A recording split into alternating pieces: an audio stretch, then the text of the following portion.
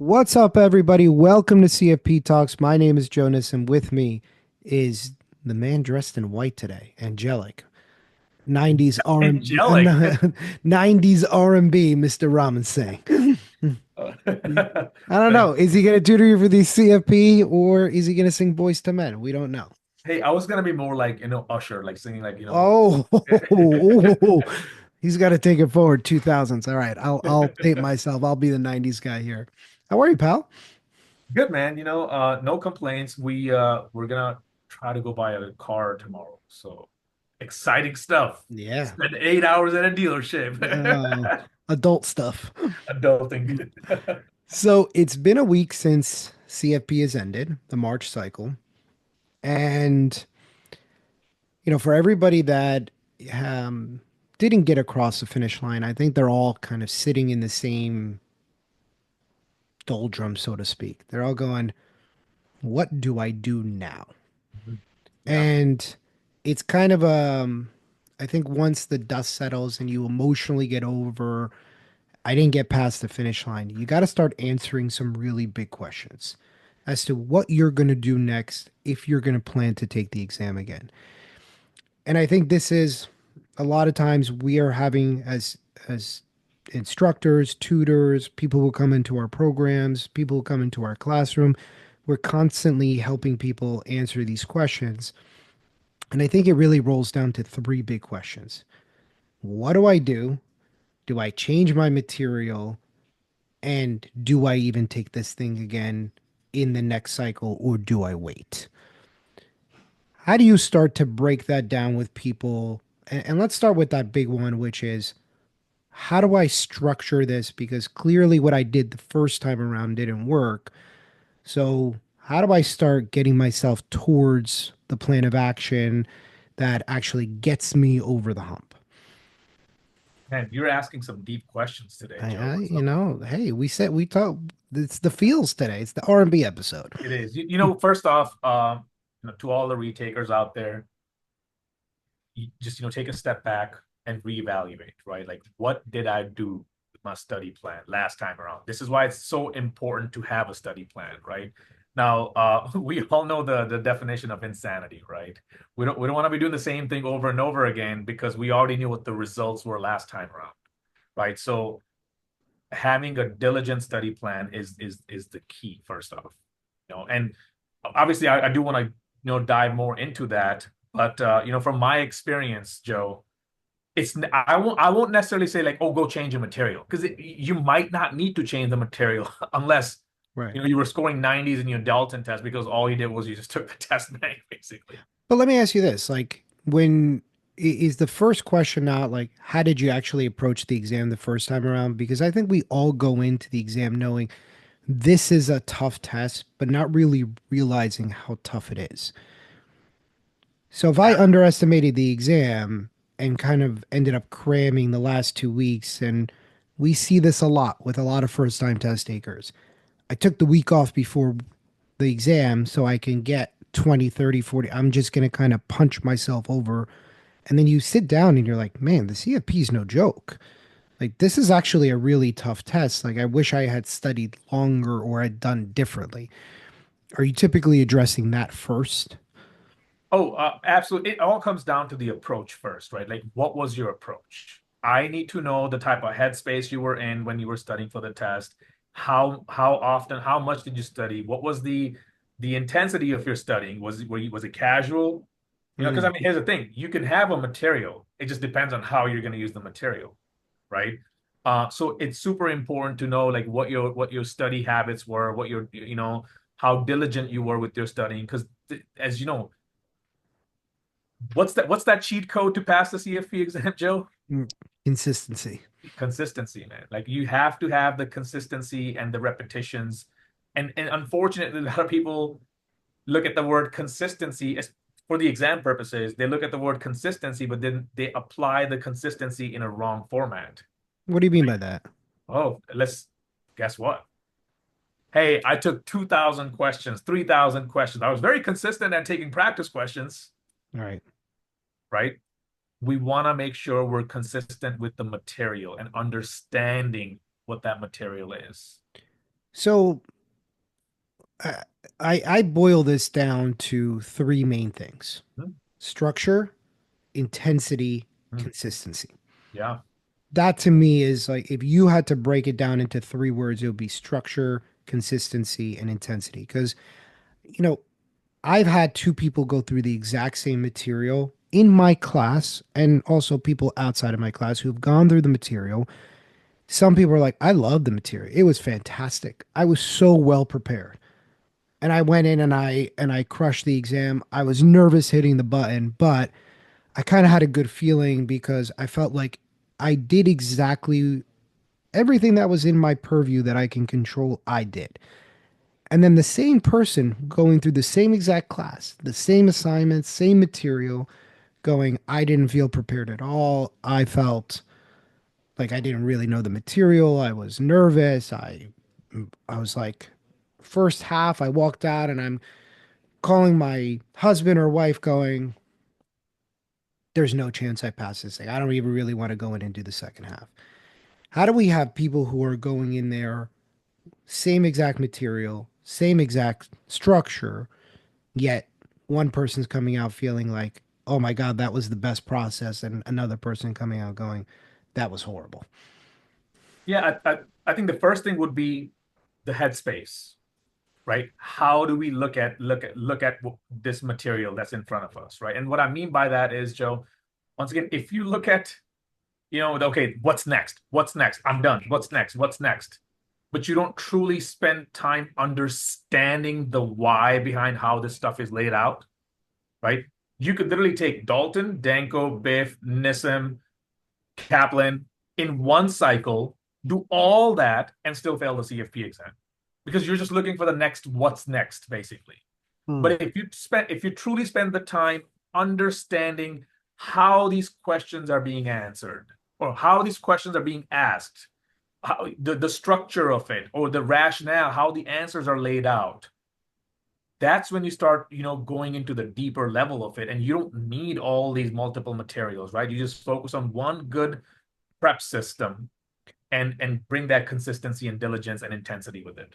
Okay, so you're basically saying is that you can kind of pass with any of those materials, which is an obvious conclusion because all those companies are in business and people have to be passing for them to stay around.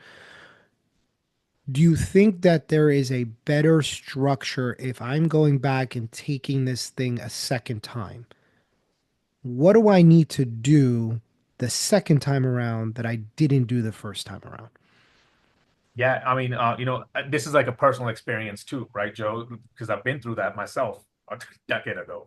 Right. Um, you know, um, I used the same material. I didn't change my material when I took it the second time, and but I had to reevaluate and diagnose my problems. Now, a lot of people, can do that themselves. Some people they need an outsider's perspective in, or they need more discipline in, right? So, you know, know your strength and weaknesses, of course, basically, and then so when I used that material, the Zahn material, it was laid out in a way where I have to finish general principles for, 2 weeks and then this for 2 weeks and that for 2 weeks. But the thing is, I had already done GP. I was so fresh with GP and fresh with estate planning. I knew a majority of the stuff, right? Hmm. So going through the same plan that was given to me by Zahn in my case, or in your case, if it's Kaplan or Dalton, it may not work for you and you might get frustrated with it because you're like, man, I know this. I know most of this. Hmm. So you gotta evolve your study plan at that point and make it specific to your situation by identifying your strengths and weaknesses. And obviously ask for help, right? I mean, that's the key. Ask for help when it's necessary. Yeah. Did that answer the question? Yeah, I think so. I mean, I would honestly say there's one thing that I think replicates itself over and over again with somebody that doesn't pass, and it's you don't know the material well enough. Yeah. And so for all of us now, regardless of what you choose to do going forward, it still has to answer the question and meet the criteria of you have to know the material better. And if your plan is, well, I got 4 out of 8 green, and now I'm going to go back and just do more practice questions, it might work, right? and it's a decent, at least it's a plan. Is it the best plan? No, because if you were going to pass by doing practice questions, you would have done that the first time around. Mhm. So it's one of those things that's a bit counterintuitive, which is like, well, I learned a lot from the questions. And I will tell you, I think we all feel like we learn a lot more from the questions than we actually do. I think it feels like we're accomplishing something. And I think we mistake the sense of accomplishment of doing 100 questions feels great. Mhm. Looking back and seeing I did 700, 800, 1,000 questions feels great to look and see all the sheer number of questions that you've done. So I want to put more questions on top of that because it's going to make me feel better. Does it get the job done? More often than not, no, because you've met second time test takers who turn into third time test takers because they've used that plan. If that plan worked, it would work already. Mhm. And it's not a sure way to get you. But the sure way to do it is to go back and redo and learn the material better. In my opinion, and this is what I base my entire program is that it can't be done in a multiple choice setting. I think multiple choice has its place. I don't think you learn as much from multiple choice as most people think they do. Agreed. I think you refine. I think you become a better problem solver because multiple choice will be there and there'll be little tricky things in and out of it. But I don't think you actually learn the basis of the material in a non open answer setting. And here's the reason that I think that's the case. Tell me if you agree with me or maybe you see it differently. I think multiple choice shortchanges the thought process. The second that you see an answer, you're trying to make that answer fit that question as opposed to thinking it through. Where if it's open answer, you have no choice. You have to think it through. You have to do all your steps to get to an answer as opposed to try to fit answer D because that looks the most realistic and I can slice and dice and I can talk my way into D. But you may be completely wrong. Yeah, I think you're right on point. You know, one of the things that I do whenever I'm attacking these questions with my students is I'll I'll hide the answer choices, and we'll just look at the question, and I'll say, okay, answer the question, right? If you know your material, you should be able to answer the question, you know. Correct. I And agree. then, and people who know their material, I'm not saying they'll 100% get to the answer because obviously the multiple choice, they'll add some, extra words and make it double negatives or whatever that case is. But if you read a question and you just start talking about it, you read a question about a client situation where they want to retain, younger employees and highly compensated and yada yada yada, your mind needs to start ringing those bells about, like, what type of, defined contribution plan are we talking about? Is it a money purchase? But money purchase does make sense. Now you might be so close, so you know that if you see an answer choice where it says cash balance plan, automatically that's not going to be the choice, Right. right? Learn to answer the question without even looking at the answer choices, or get your mind to start preparing for that. So when you go into your answer choices, you've already solved half of the puzzle, and Mm, that also helps you determine how much knowledge base you have. right.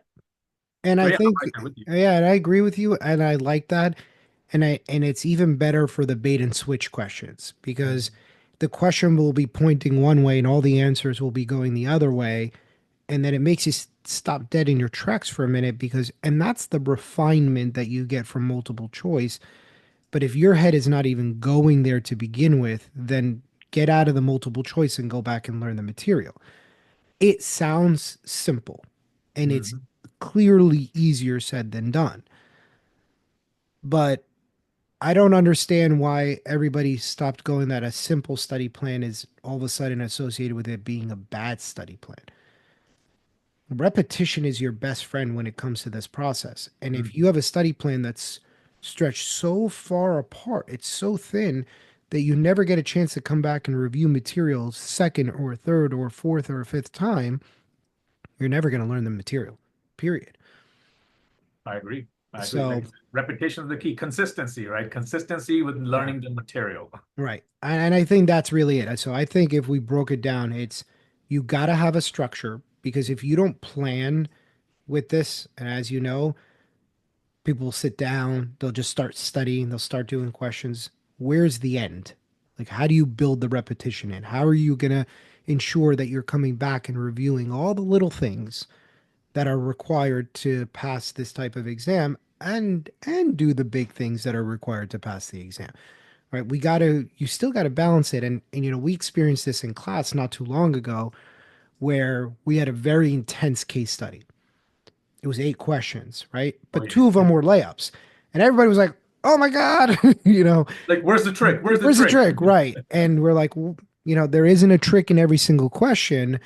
It was just how well do you know that simple stuff? So when I sandwich it in between two very difficult questions, you still know it right off the top of your head. And that's, again, the types of things that you do towards the end to prepare yourself for what the exam will be. But you can't even be in that arena unless you've done all the basic stuff first. Exactly.